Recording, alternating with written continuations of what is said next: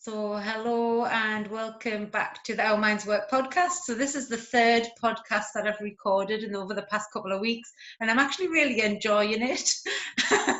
I think a lot of people probably would hate doing this, and I think once you jump into it, it's actually quite enjoyable, and I've had some amazing conversations with people.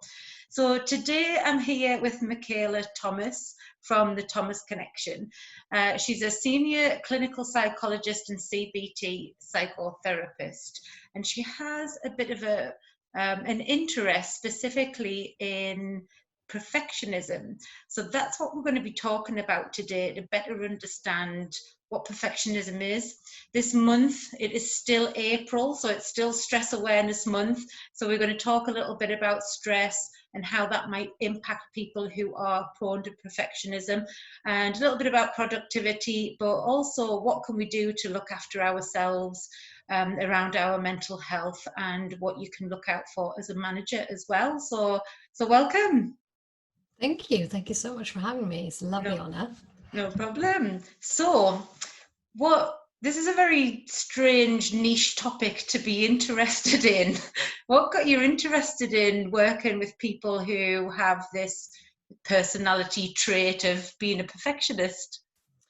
Well, it's interesting because I guess even there we have to think about how much kind of common myths there are around perfectionism, because even there we can think actually it's not a personality trait as much as it is a set of behaviours.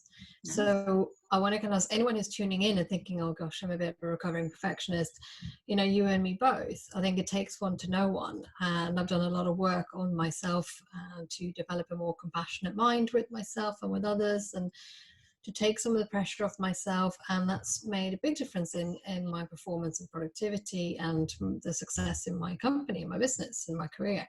So I came into it because I had some of those behaviors myself. Now, it's really easy to get into that sense of having that as a fused identity, that I am a perfectionist. So then it's almost like a label we have on ourselves then. So I want to start by coming into it from the angle of I have a set of perfectionistic behaviors, or I have some perfectionistic tendencies, or I get really bothered by making mistakes. So we kind of try to frame it in a way that is more behavioral, and that can make it feel more hopeful to do anything to shift it. But it's not having to define you. It doesn't mean that you have to be that way for the rest of your life, if that makes sense. Complete sense. So we know we can change behaviours, and hopefully by the end of the session, that's what we'll be learning a little bit about, and how we can do that. Yes. So just want to really understand a little bit about this situation that we're currently going through. Is probably quite stressful for people. People are working very differently. How might people who are prone to perfectionist behaviours potentially going to be being impacted by this in the workplace right now? Do you think it is affecting them? I definitely think it's affecting them. I can see it across the board from the clients that I work with, both the sort of individual clients I work with and in my Facebook group, which is tailored to high striving individuals who put a lot of pressure on themselves to be perfect or to reach certain quite unrelenting high standards. I definitely see that now. And it might be that some of the people who have perfectionistic behaviors aren't actually displaying those in the workplace, but because they display them outside of the workplace, in their home domains, or as a parent, or amongst how they're interacting with their friends, or in their body image, how much pressure they put on themselves to look right, or to not weigh too much, not to weigh too little, then it might be that actually because of the home and the life domain are really blurred at the moment, it might be that even though they previously weren't having problems in the workplace in terms of their perfectionistic behaviors, their home life is now so overwhelming that that's going to then start to spill into the workplace as well. Yeah. And then there are obviously the people who are the polar opposite, who might have had problems in the workplace, and that's now going to be exacerbated because they may have less time to do the same pieces of work that they previously were doing. So people who are parents at the moment, with the kind of added pressures of homeschooling or looking after younger children who are now off childcare, they might then feel a lot of that overspill of how can I do my workload? How can I perform in a perfect way that I did before? And that can lead to a huge knock-on effect on how the mental well-being. I mean, you mentioned Stress Awareness Month, that if we have extremely high standards, unrelenting high standards is the kind of official term we use, where we're not willing to be flexible, we're not willing to lower them, we're not willing to kind of think that in the current climate it's unrealistic for me to meet this.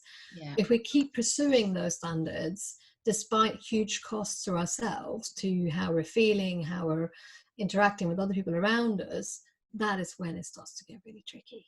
That is when you as an employer will probably start to see it as well. You might struggle, you know, your staff might be more irritable, or they might be short-tempered with other people. You might see more criticism either towards themselves or towards other people.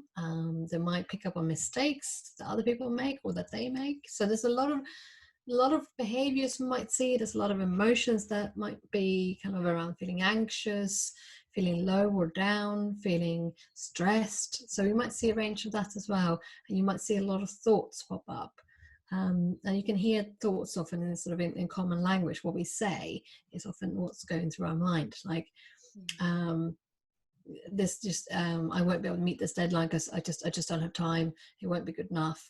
I need to do more things before I'm ready. So some of that kind of language of how almost like being self-deprecating, I guess it won't be good enough, or other people could do this better, or actively lying about what's going on in your mind because you want to appear as if it's all fine.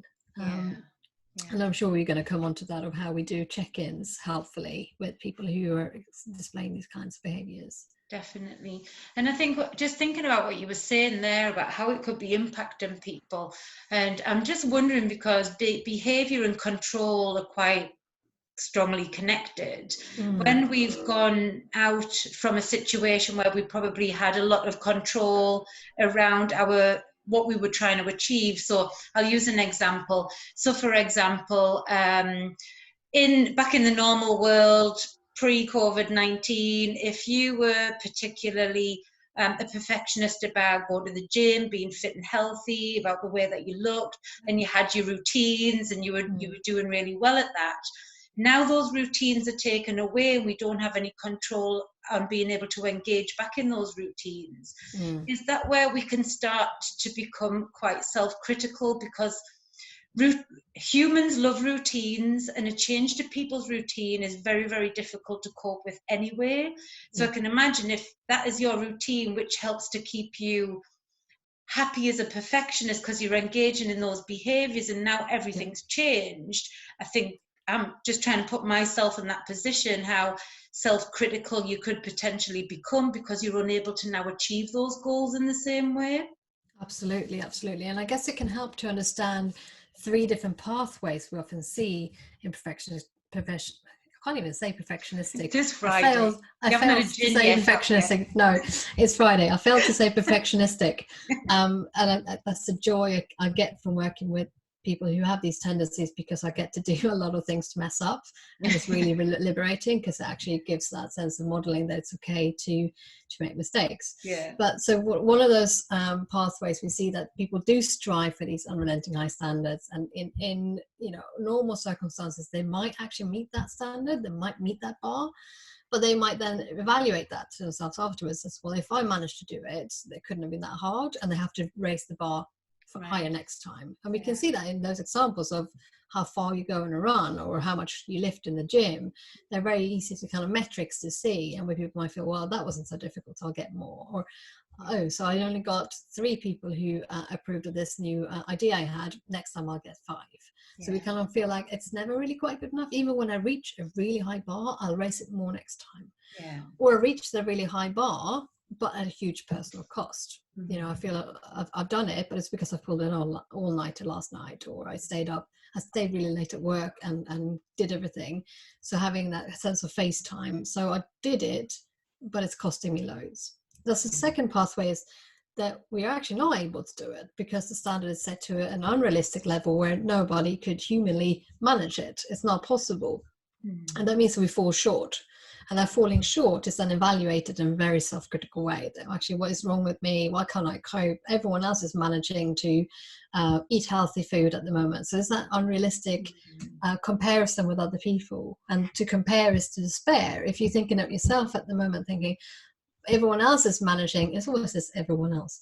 Yeah. Everyone else is managing to homeschool their kids and cook meals from scratch and do PE with Joe Wicks, or whatever they're doing.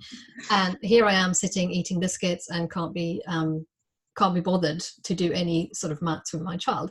It's a sense of always comparing in a way that makes them be on the losing end, and that leads to a lot of self-criticism. That's the second path, where it's so high that we can't get there, and then we beat ourselves up when we didn't meet the demand that we'd already set on ourselves. It's often a very internal pressure. And the third path is when it's so overwhelming that I can't even attempt to start. That's where you see things like procrastination, postponing having a go at it, because it's the pressure is so overwhelming that we actually get really demotivated. And that can also lead to self-criticism. What is wrong with me? I'm so unproductive, can't get anything done. Everyone else is able to do more things. So then there we go. And that's those pathways. People can go on different ones and back and forth again, and might have one path in one domain of their lives, and one domain maybe at work they keep meeting those standards, but that means that they feel so exhausted that they never have any energy to meet their standards as a parent. They're wiped out by the time they come home. So then, regardless of how they do it, they still feel like a failure at the end of the day.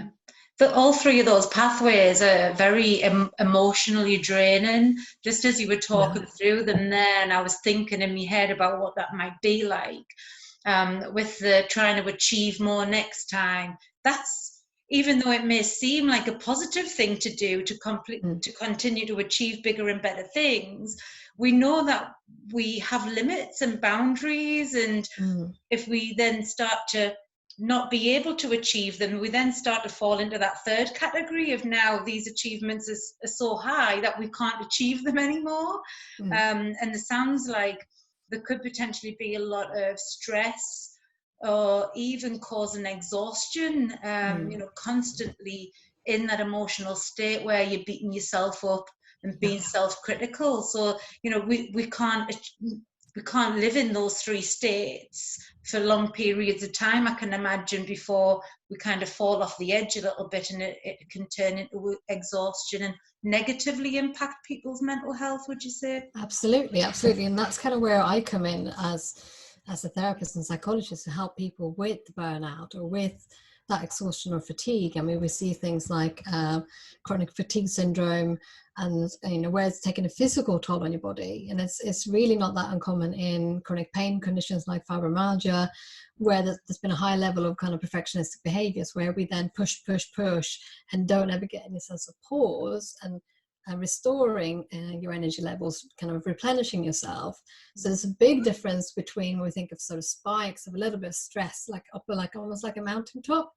Most of us can handle that. Our bodies are actually built for stress, and there's some theories even are saying that we're having a stress response all the time, but some of us are able to soothe and ease it down again, whereas others can't. And that's where we think about the skills we can teach people, of how we help them to tolerate when it's a big of a peak, where you're coming down on the other side of the mountain. But the people I see, there isn't so much of those peaks. It's almost like it's a static that's on the radio all the time, and it's high.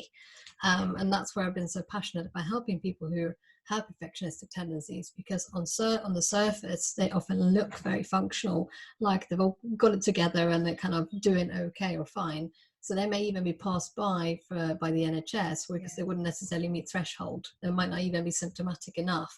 But on the surface level, it's almost like the image of a duck. So it calmly paddles along. On the surface, it looks fine. It looks like it's floating, but underneath it's paddling like crazy. And that's what I see people with those the standards and tendencies doing at the moment. They're paddling like crazy, just trying to stay afloat. I think this would be a really good time to show the stress versus good pressure chart, just so people can really see what that model looks like that we've just been talking about, because I think it really does show really well where people might potentially be. And I don't know about you, Michaela, but what I have noticed over the past 4 or 5 weeks is the first couple of weeks I saw and heard a lot of people, including myself, kind of between that stretch and strain really motivated, lots of energy, lots of motivation, because we're in that stress response. We were in crisis mode. We're trying to figure out what we need to do next.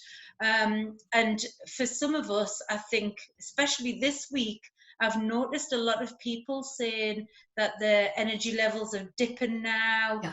A lot of people saying, well, I'm just plodding on and getting on with it. So people have either kind of come back down into the comfort zone and they've adapted, or they've almost pushed over a little bit from strain, and they've almost burnt out with it.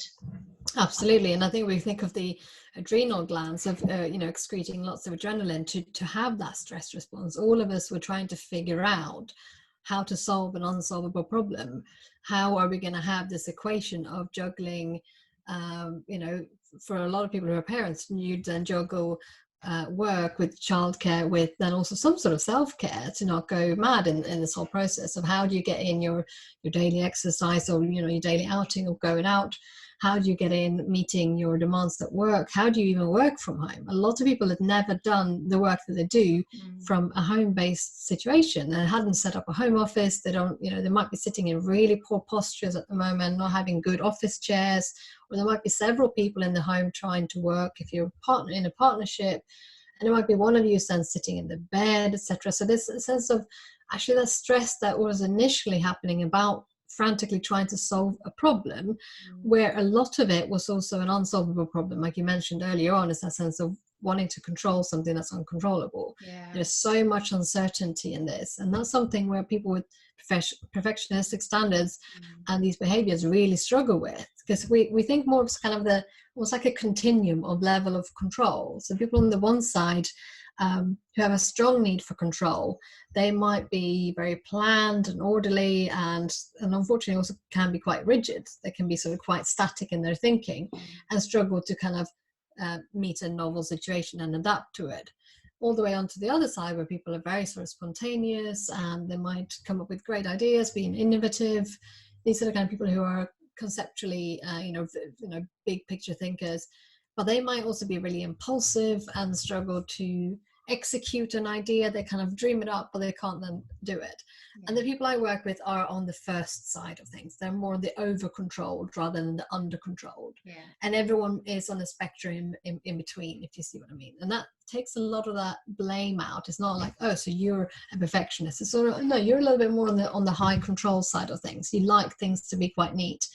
And today, for the last month, for the last week, things aren't really particularly neat and tidy. There is a lack of control at the moment. So what happens then is that people then have an added strain and crisis from that if you have a strong need for control at the moment. People who are more flexible and adaptive might find that they're kind of coming into acceptance by now. They're like, well, it is what it is. This is kind of, this is where we're finding ourselves. But I think the people who've expended a lot of energy on fighting against this, or trying to struggle against it and controlling it, they're now feeling themselves feeling quite exhausted. It's almost like fatigued, because your body has been excreting too much adrenaline over the past month, and too much cortisol, the stress hormone.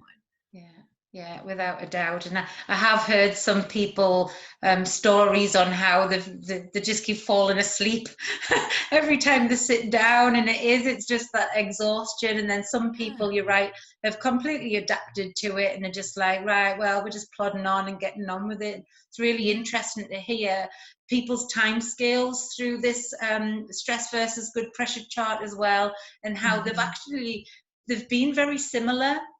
I think it's quite interesting when we're thinking about the stress response, because it is a very, very physical response. Everybody's stress response seems to have lasted the same amount of time before we're all universally human. So that's good news. We all have brains that work in a similar fashion. I take great comfort out of that, actually, because it makes me feel like I'm so not alone in this. And I think it's a lot of us are now being more flexible with our professionalism, how we're acting, because we're all in the same boat. We're all having to do some sort of good enough way of working right now. Yeah, without a doubt. But I think one of the things that's been really interesting for me as well, when we've been delivering a lot of webinars with employees and managers, and we do a poll to ask people how they are right now, and we use the Our Minds Work mental health continuum, and the continuum is a traffic light system between being mentally well, which is green, yellow is reacting to stresses, orange is probably experiencing a mental health problem and struggling with the mental health, and red is somebody who needs immediate support. And when we've been asking this question, the majority of people are reporting themselves in the yellow section. So they know that they're not mentally ill, they don't have a mental health problem, but they know that they're reacting to the stresses. They're not particularly mentally well, it's not them on their best day. So when I'm looking at this chart here, we have I think we do still have a lot of people who are in that stretch zone, especially in the workplace right now.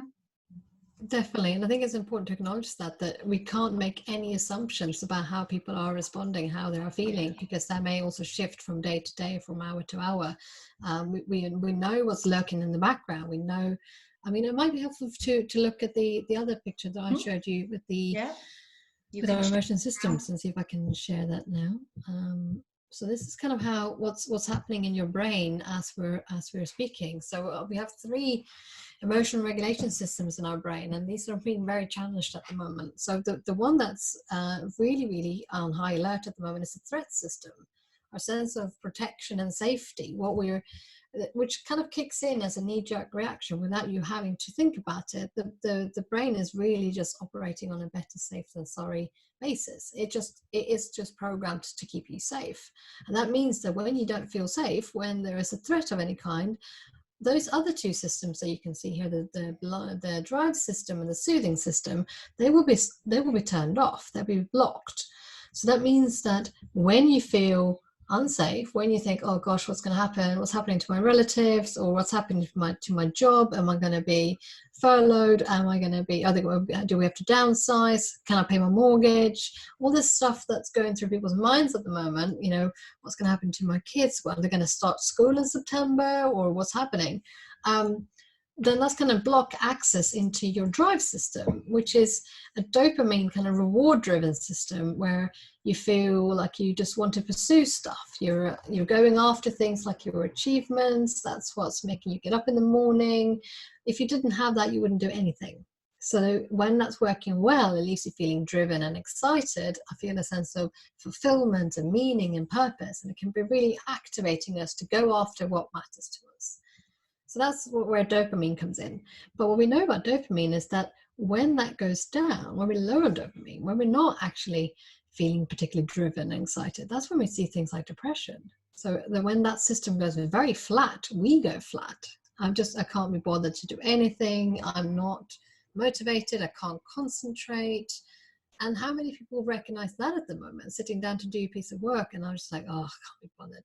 Yeah. That's because your threat system is blocking access to your dopamine system. You're not necessarily feeling your usual kick of reward. But we also get that from things like exercise, movement, connection with others, feeling joy and excitement. And if you're, say, a very socially outgoing person, and suddenly you're finding yourself confined and you can't see those people who would normally give you your little kind of kick of reward, your teammates. It might be really hard for some of us, or some people, to work from home because they're not getting that kick or reward from hanging out with their teammates. So that can be a challenge for a lot of employers to manage at the moment. How do we keep people motivated and excited about what they're doing when they might feel like it feels meaningless or pointless? Yeah. And the last system is our soothing system, which is sometimes called the tend and befriend, or the kind of calm and connected system, where or rest and digest. So when you've eaten your lunch, this system kicks in and makes you a bit sleepy. So rather than, having a siesta, if you then sit at your desk and you power through, you're kind of ignoring your soothing system a little bit. So this system is the one that helps us feel like everything is okay in the world. We're slowing down somewhat and we feel, okay, I'm not really wanting anything. I'm okay to just be where I am. This is not about protecting yourself from threat. It's not about pursuing goals. It's just about being.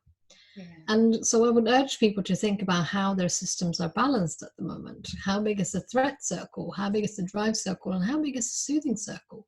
If you are reliant on being close to others and having that connection, and suddenly maybe you're not going to work, so you're not seeing your workmates, and you're not maybe living with anyone else, and maybe feeling really isolated, where's your soothing? Where can you get an access to oxytocin, which is our bonding hormone, where we feel sort of calm and at ease? So we can think about that more at the end as well, of what can people do as they're out of their normal zone of working with these systems. But I think that's really important to acknowledge, that the threat system, when we have a big spike of stress, that kind of adrenaline and cortisol, when that's long lasting, when it doesn't have a chance to be regulated down through looking after yourself through the soothing system, then we are much more likely to burn out. We can't run on empty for too long, if that makes sense. And that's when we've got potential risks of it turning into mental health problems like anxiety and depression. Obviously we don't have time to go into it here, but the physical impacts of chronic stress, inflammation, our heart does not like stress one little bit. The physical impacts that it can have are really problematic, just as the mental health ones. And Absolutely. I think thinking of going back to being a perfectionist, and how would you manage those situations? Because just looking at that model there, and if I put myself in the position of being a perfectionist, and I'm in the I've totally lost the drive model. I can't be bothered. I'm not motivated. I can imagine that this is a perfectionist's worst nightmare, to not have the motivation to engage in those behaviours, because the thoughts will still be there, and problematic thoughts will still be there, but the body is not providing what it needs for it to engage in the behaviours. And that's where we think about the difference between listening to the body, what it's trying to tell you, versus pushing and pushing and pushing and ignoring it. And that's what I often see, that the people I help are often very much up here in their head, tuning into the thoughts, but not really noticing what's going on in the body, when the body is actually trying to tell you, no, that I've had enough. I need a break. I need a rest. I need pause. And that's where we're also actually, when we're pausing, when we're slowing down, when we're allowing ourselves a break, that's when we're activating that soothing system, which actually down regulates the threat. So it's soothing that sense of cortisol and stress. So paradoxically, you're actually achieving more by slowing down. So doing less gets you more done. Whereas if you pushing through that, it might be that you're able to do it for a little bit, because people are going to have objections to what I'm saying right now. They're going to say, well, that works for me. I have been working like this for a long time. I'm working from 6 a.m. to 10 o'clock at night. I just need to get stuff done, and it's fine. And it often is fine until those people stop. So if you don't pause regularly, eventually you will be forced to stop, and that's when you hit the proverbial wall. But I think of it as, it's almost like being in a car that you're driving really, really fast on the motorway, and imagine you're on the M25 round and round around London, and for some reason or another it's actually not blocked, so you're actually driving really fast. And it's almost like you're speed blind. You don't notice that you're going this fast until you realize that when you're going this fast, nobody can join you on the journey. That your partners or your friends, whatever, they can't just jump in. You need to be able to slow down and come to a pit stop where you can let someone in. So I have a lot of people who struggle with intimate relationships, struggling with dating, because they're too busy. No one's had time to see them. They're losing their friendships because they're too busy with work. They're not seeing them. And that's where the balance of these systems starts to really, really shift. And we're seeing a lot more of the red, of the threat system, infusing the drive. So people might say, well, I am still productive. I'm going to swear now, getting shit done. I'm doing things. But I would often ask, what's the motivation? What's lying behind that? What's getting you to do those things? And how fulfilled and meaningful do you feel that is for you right now? Do you feel like you're excited? Do you take joy and reward from your work? Or do you feel more like, what's next? And a part of that is of the blue drive system that's really important and is often lacking in perfectionistic behavior is savoring. It's almost like when I reach that bar, when I have achieved the thing I wanted, the thing I pursued, I'm then not taking any sense of pleasure from consuming it or enjoying it. So you got your promotion, right? What's next? Then And I'm working on the next one.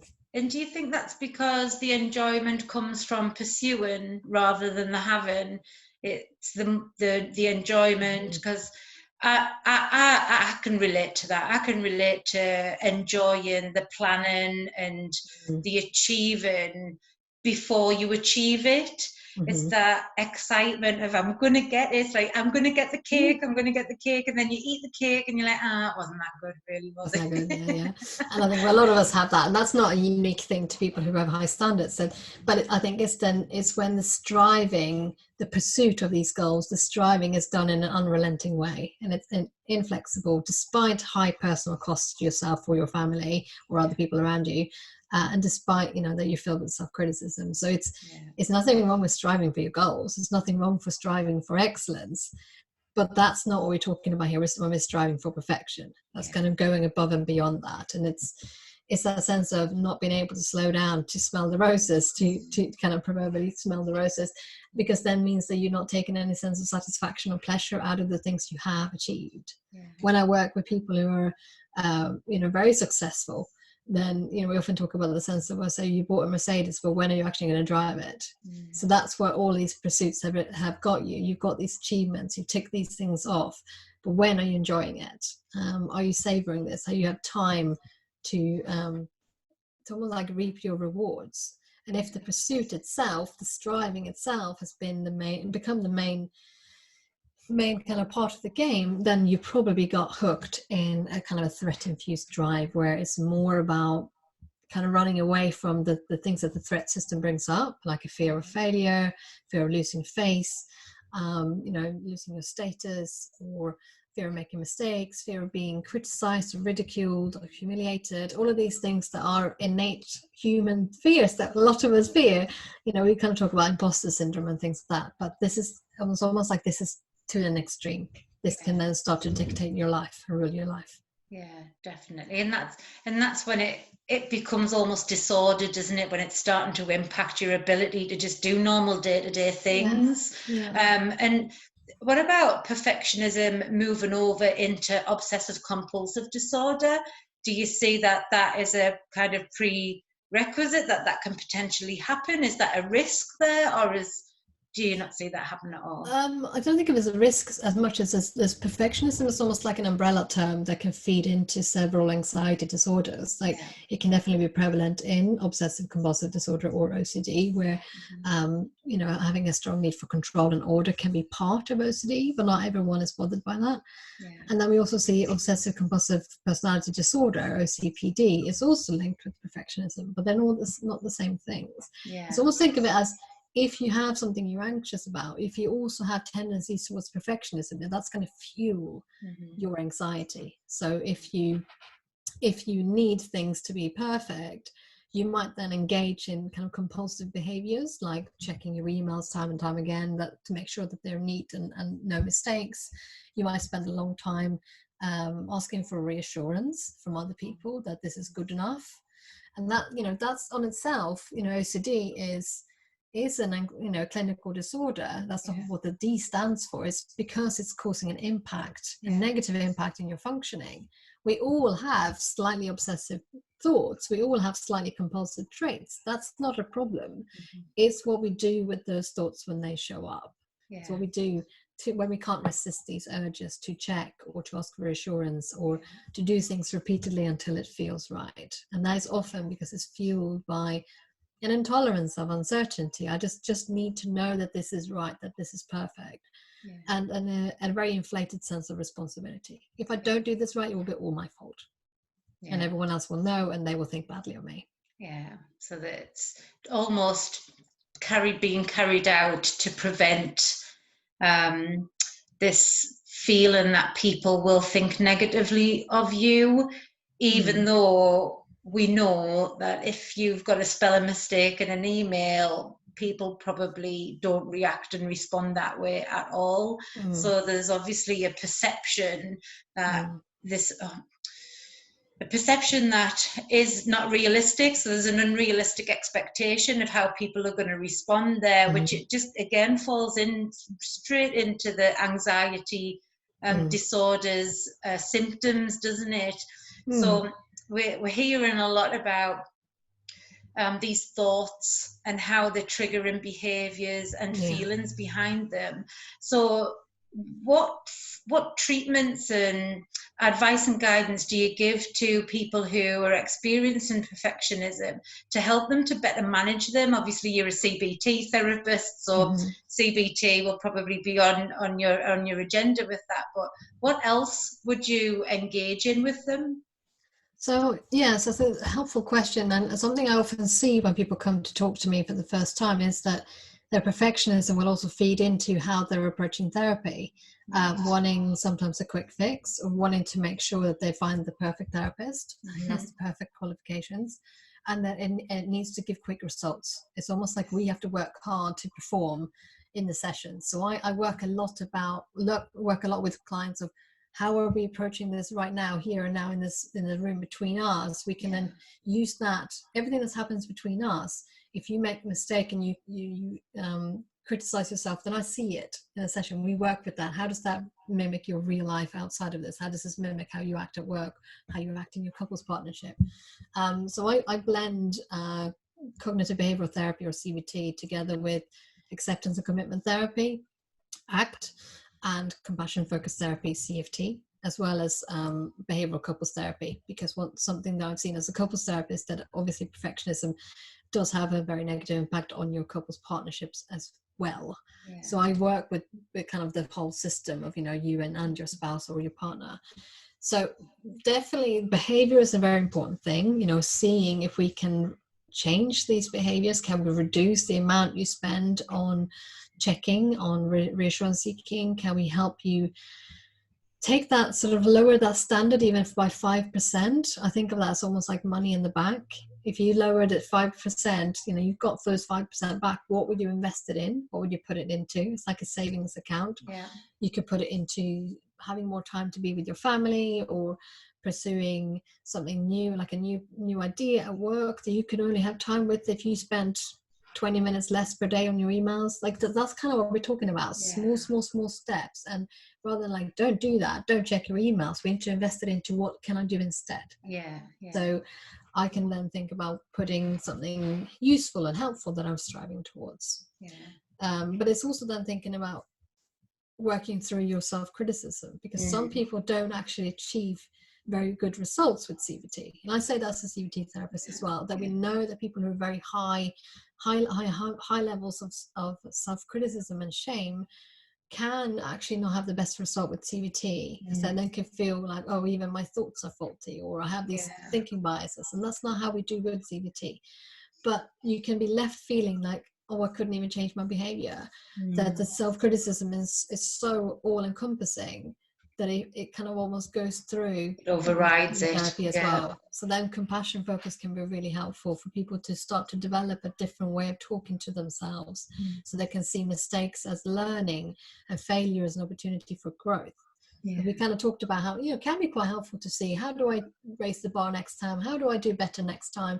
What you're describing there is kind of like a growth mindset, correcting yourself from learning rather than criticizing yourself and expecting yourself to learn. So I help people to say that it's still okay to want to achieve and perform and do well. I'm not going to tell you that that's something that you're now not bothered by. If that's part of your values system, we can help you do that, but in a sustainable way, where we take that pressure off, where we kind of soften some of these shoulds into coulds. And what that could sound like could be, I should always check I should finish reading all my emails before I go home. Well, I could read all my emails before I go home, but what else will be then dropped if I do that? If I read every single email, I could do that, or I could spend 20 minutes talking to a colleague who I need to bounce an idea past, and I could leave some emails for tomorrow.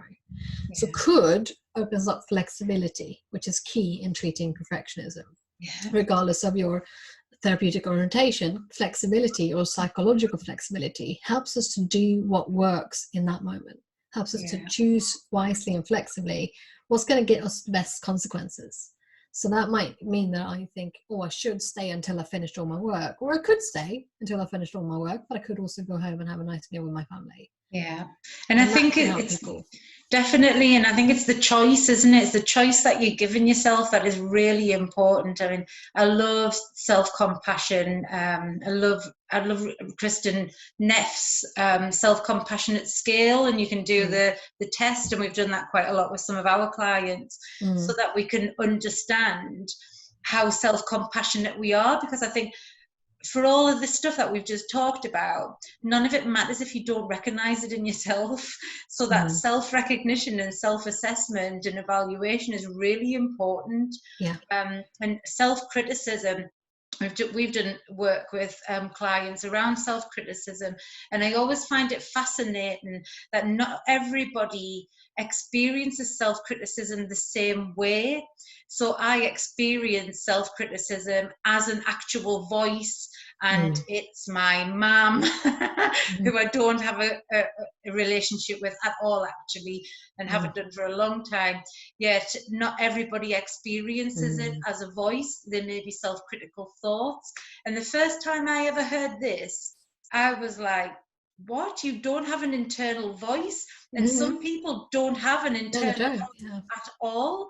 And I actually went and done some research on this afterwards, because my mind was blown by it, because I was thinking, well, how do you read in your head without an internal voice? But it is real. So trying to helping people to understand what their self-criticism might look like must be very, very different for everybody when you're trying to assess what that's like. Absolutely. That's where you try to bring curiosity to that, and just seeing what's in your mind, because I can't read your mind. I can't be in there, and I can't be in your body. So for some people, it's not at all sitting in the mind. For some people, it's almost like a pressure over their chest, or, a tightness in their stomach, very visceral physiological response. And we can see that in burnout as well, that some people don't talk about, oh, I feel sad or I feel stressed. I have an ulcer, my stomach is killing me, or my shoulders are up to here. So the body, it's a great book called The Body Keeps the Score, which is more around trauma. But I've started thinking about this more and more, how this manifests itself so much for people who are perfectionistic as well, because they're not listening to their bodies until the body is screaming no. And that's often when we have things like adrenal fatigue, as the adrenal glands can't excrete any more adrenaline, or you have an ulcer, or you feel that you need to be signed off sick because you just cannot sleep anymore. So that's when the body is saying, actually slow down. And it's at that point, it's almost like you've ignored the signs to slow down your car for so long that now suddenly you've crashed into a wall, or the engine has just been revving for so long that it's now just, it's cut. And then you're having sort of engine failure on the motorway and crash and burn. So what I try to help people with is then finding little pockets of pause intermittently through the day, through the week, and not just thinking, I'll put all of that into, I'm going on one big retreat, or I'm going to go on holiday in 3 months' time, so I'm just going to keep driving really fast until I do that. That's not necessarily helpful. So you can be perfectionistic even with how you look after yourself. So then thinking about how, if you're pausing routinely, you can start to get more clarity. It's almost like you're becoming less overwhelmed by what's in front of you. It's like, instead of having your face covered by your problems, it's almost like I'm putting them a little bit more space between me and the problem, and you can think creatively about how to resolve it and figure out what is meaningful. What is my purpose? That's my second P. I like P words. The purpose then helps us to figure out, how am I living at the moment? Is this meaningful to me? What's in the driving seat behind my behavior at the moment? Is that literally meaning and vitality and purpose, or is it because I'm trying to run away from this threat? The last part I often talk about is then play. So when we're able to pause, slow down, kind of not driving so fast on the motorway, we can then come up with creativity and innovation. And play really comes from when we feel a sense of safety or safeness, and feeling sort of restful. Then you can come up with brainstorming, and you might be able to find in the workplace that you're actually a much nicer teammate to be around. You're cracking jokes, and you might be able to come up with resolutions to obstacles you're facing. So play isn't just when we think of sort of sandbox play, but I think a lot of good performance comes from that as well. Yeah, definitely. Just on the final bit, really, because we've talked for so long. It's been a fascinating conversation, and I know you've got things that you will need to do as well, people to look after, because it's nearly tea time. But just back onto the self-compassion bit. I know when we were having a bit of a pre-record chat, we were talking about, I know I was telling you a little bit about my self-criticism voice and how I told it to fuck off a couple of times and just told it to shut up because I heard it rambling, and all of a sudden I'm like, oh, I'm aware of it, and I'm like, oh, just go away and stop and think about something else. And you then told us a little bit of a different response to have. Yeah, and thank you for reminding me of that, because I think it's an important one, where there's so much information out today. In the last decade, we can access information in a way that we've never been able to do before, especially through Instagram. And there's a lot of players in the arena, and not everyone is evidence-based. As in, not everyone is basing what they're putting on Instagram on research and scientific evidence and what actually works with the mind. So we have to be careful of what messages we're putting in front of ourselves. And some of the stuff we see on social media today is like, fuck off inner critic and things like that, and tell it to go away. And actually what we know from the research is that when you do that, because the inner critic is still essentially part of you, you're attacking a part of yourself. You're having a go at yourself. So you're still almost like responding to the inner critic with the same currency that it's giving you. Yeah. So you can't fight fire with fire. It's not going to work to breathe flames onto a dragon. So we have to then think about, how do we soften and soothe that? Because otherwise you're still going to be in that threat system activation. You're still feeling like you're both feeling like you're attacking yourself and being on the receiving end of being attacked. So you're both the bully and the bullied at the same time. And this is some of the things that Kristen Neff talks about in a great TED talk that she has called The Space Between Self-Esteem and Self-Compassion. But the work that I do isn't based so much on Kristen's work. It's more based on Paul Gilbert's work. So the 3 circles that I showed earlier, the emotional systems, that's from Paul Gilbert's compassion-focused therapy. So what that model is about is essentially how we then soften and soothe that inner critical voice by working with 3 flows of compassion. So we've mentioned self-compassion. That's kind of from you flowing to yourself, being kinder to yourself, talking to yourself as if you would talk to someone who you love and care for.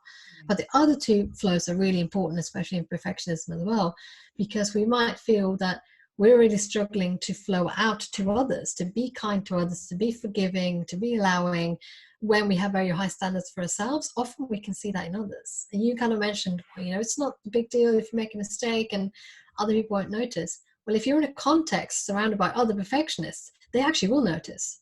And what we know is that they can be slightly more critical than others. So the very thing that you're hoping to avoid can happen if you're surrounding yourself with it, like in a toxic environment. If you have a workplace where there is high pressure, there is expectation that you're going to strive to perfection. And I've done talks in workplaces on perfectionism where they fed back to me afterwards saying, we loved your talk, but the expectation here is that I am going to achieve like this. So we have to then think about, how do we have these flows of compassion flowing through the environment as well, not having a toxic environment where it's really hard for the individual to be self-compassionate and be kind to themselves. Yeah. But the third flow of compassion says from me to others, but it's also from others to me. And that's something I see a lot in perfectionists, and I'm really interested in, is how we're not noticing efforts of support, how we're not noticing someone checking in. And that can be really important to be aware of as an employer, because the person you're trying to look after may not understand or notice your attempts, or they may not be able to receive them. They might be really blocked for a sense of fear of being weak, fear of being a failure. I can't accept your check-in because that would mean that I am no longer capable and strong. I will then be weak and have missed the mark somehow. Yeah. So we can't just look at self-compassion from self to self. We have to look at those other 2 flows as well to understand how intricate this is. And the more I learn about compassion, the more confused I get, because it's so complex. So if this sounds difficult to you, it's because it is. But I'm happy to talk more to anyone who's interested, and come and see what we could do in your workplace, because it's about creating a culture where it's from top down, compassionate. It's not just about teaching your staff to be kinder to themselves if you think that they're perfectionistic or have, put a lot of pressure on themselves. It's starting with you as a leader, showing that it's okay to make mistakes. It's okay to be kind to yourself. It's okay to not put pressure on, to do FaceTime and always perform. It's okay to be human and sometimes say, actually, I can't at the moment, my husband's having a hard time, my wife's having a hard time, whatever. I need to be home now. And expressing that in a kind of humanity way.